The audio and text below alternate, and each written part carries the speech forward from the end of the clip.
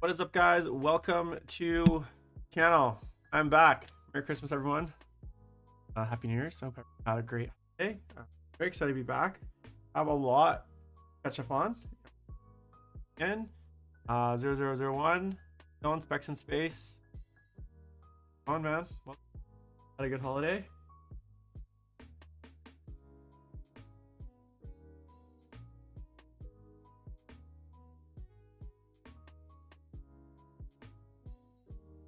Oh, well, how's it going, man? Happy New Year.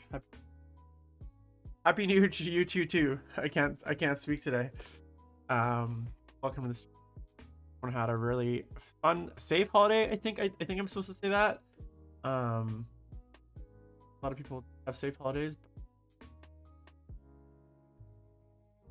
Ravaging.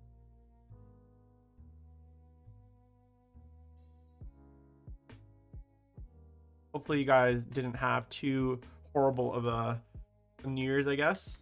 I have a lot.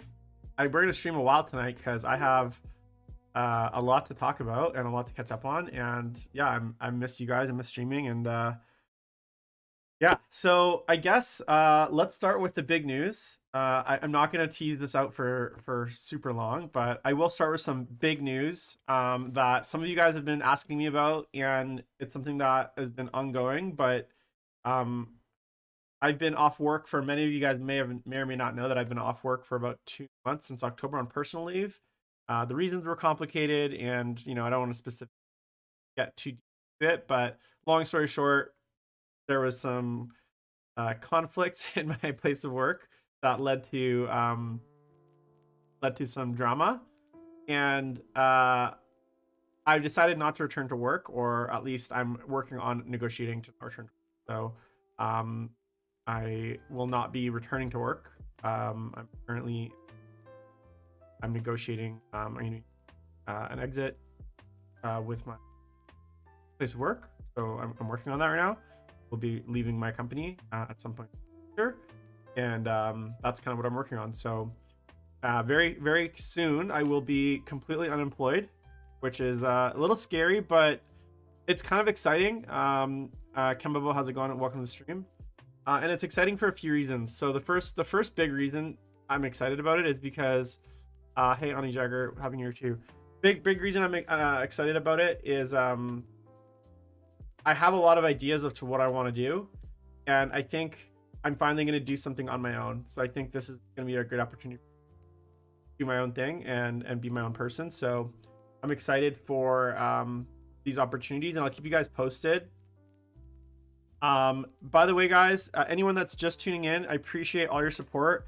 Make sure to throw me a follow and or a subscription on Twitch and or YouTube, depending on what platform you guys are enjoying. One of my goals for the channel, and I've been away, and I do want to talk a little bit about the channel. I got lots of updates on I had to make some notes because I had a lot to go through today. So I do want to talk about what's going on with the channel. Before I get too deep into it, I'm going to do some painting today. It's not going to be all just me talking head here. So let's get into some painting, and I'll just show you guys what I'm working on while I chat.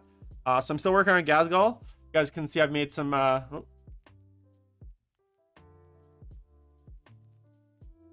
significant progress on him.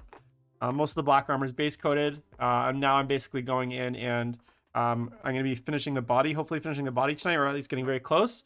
And then the arms should be kind of like a new another quick step away. So that's what I'm going to be kind of working on while I chat with you guys. But yeah, I do appreciate a big part of things that I want to focus on, because I'm going to have a lot of spare time. I'm not planning to go back to work right away or jump into anything kind of like full time right away. One of the things that, and I know a lot of people have been kind of talking about this in the last, I guess, 2 years with COVID, is that one of the things that a lot of people are starting to realize is that like their careers don't define them anymore. And for a lot of you that may not know, I've been a professional chef since I was, well, cook and then chef, obviously, at some point, since I was about 21. So, and I'm 37 now. So for the last 16 years of my life, I've dedicated to cooking and been in that career. And for a long time, especially right after I decided not to go back to school, for a very long time, I thought that was what I was going to do forever. and becoming a chef, which was my goal very young. So by the time I was about 24 and I decided I wasn't going to go back to law school or anything like that, one of my goals was to become a chef, right? And I did that at around, I think I was 29 when I became a chef. I had my own restaurant. Maybe 28, 29, which is fairly young, I think, for a lot of people. And when that happened, I really felt that that was what my life was going to be, right? And one of the things that I learned, I'm just picking up the brown. So one of the things that I learned after cooking for, you know, the 10 years is, like, I worked so hard to get to that level of chef, and there's always another place I needed to go. So I wasn't happy with it, right? Like, I wanted to then become a regional chef, and then I wanted to become like a COO, and I kind of accomplished a lot of that stuff, right? Like, I opened through my organization, my restaurant group, which we had 6 restaurants at one point, the company that I'm leaving. I opened every one of those restaurants. So I opened 6 restaurants in 4 years, fairly successful for the most part. Obviously with COVID, it's been a pretty tough 2 years, but opened 6 restaurants in 4 years, and kind of got to do that empire building. That was something that I thought I wanted to do. And as I've gotten older and as I've done that job more, what I've realized is, and what COVID has really given me a lot of perspective on, is that my career doesn't define who I am. And I had so much of my identity tied up in my career that it was really nice to kind of get that time off and really understand that my career isn't actually the most important thing in my life. My happiness is. And so as a result of that, one of the things that I'm just getting a light, guys. One of the things that I realized was that like, I tied so much of my identity up into my cooking and my career as a chef that I really didn't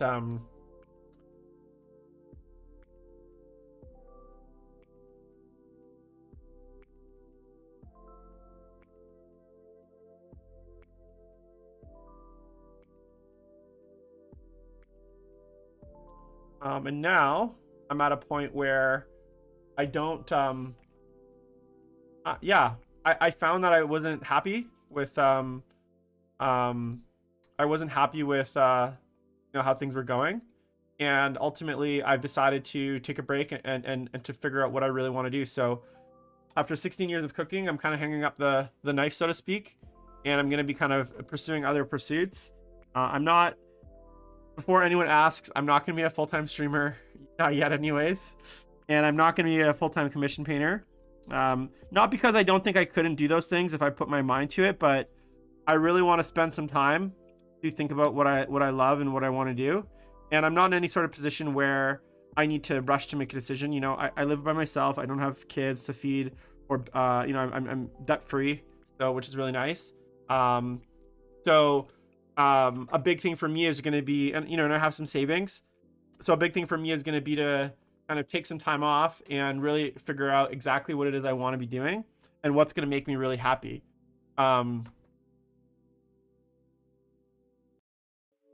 Full-time streamer. Yeah. Look, here's the thing, guys. Look, would I love to be a full-time streamer? Of course, that would be an amazing thing. But the thing is, the big thing you guys got to understand about streaming specifically, also, and I would say this is like specific to Warhammer as well.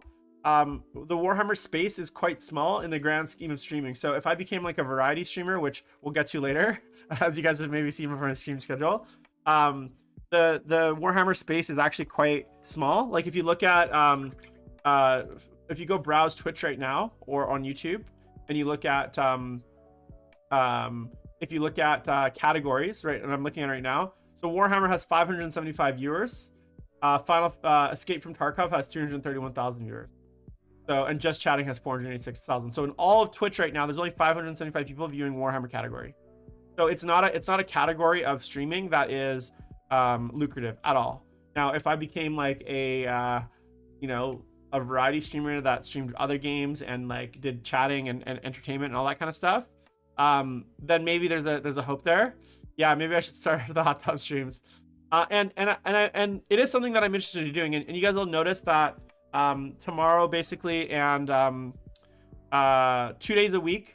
Oh yeah, so let's talk about that for a sec, since we're talking on the subject of streaming. What's going on with the channel specifically? So a few things I do want to announce. I'm really excited to talk about.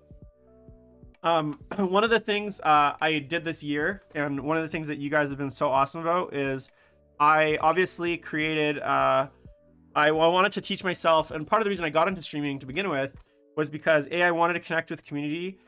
B, I wanted to teach myself how to use things like Adobe Photoshop, Adobe Premiere, because I wasn't really familiar with those programs, right?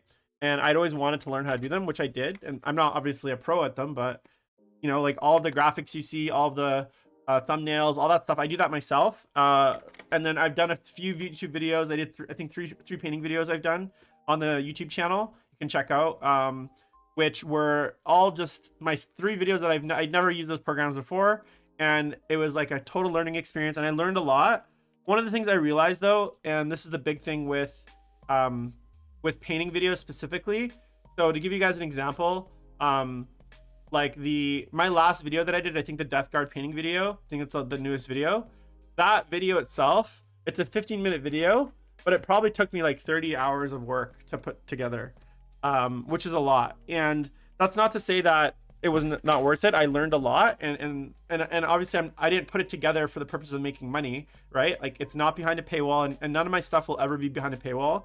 I know a lot of content creators do like Patreons and like Discord exclusives and stuff. For me, the thing I love about the internet is that it's like free and open, and so I always want to continue having that, especially with you guys. Like I always want to provide content or advice or tactics or tips or anything like that in a free environment. Now, does that mean that if people want to support the channel, they can't? No, I'm just saying I don't want to paywall anything, right? So if you're broke ass hobbyist like most of us, and you don't want to spend extra money on your hobby or for other kinds of content, there's already enough out there, paid content. I don't want to do that. Obviously, I'll always be open to Twitch subscriptions or YouTube super chats or anything like that helps support the channel. But I'm not using this as like a money making scheme, right? So with that said, like the amount of work I put in that video, it just made me realize that like if I want to get serious about doing say like edited YouTube content, I really have to think about how I want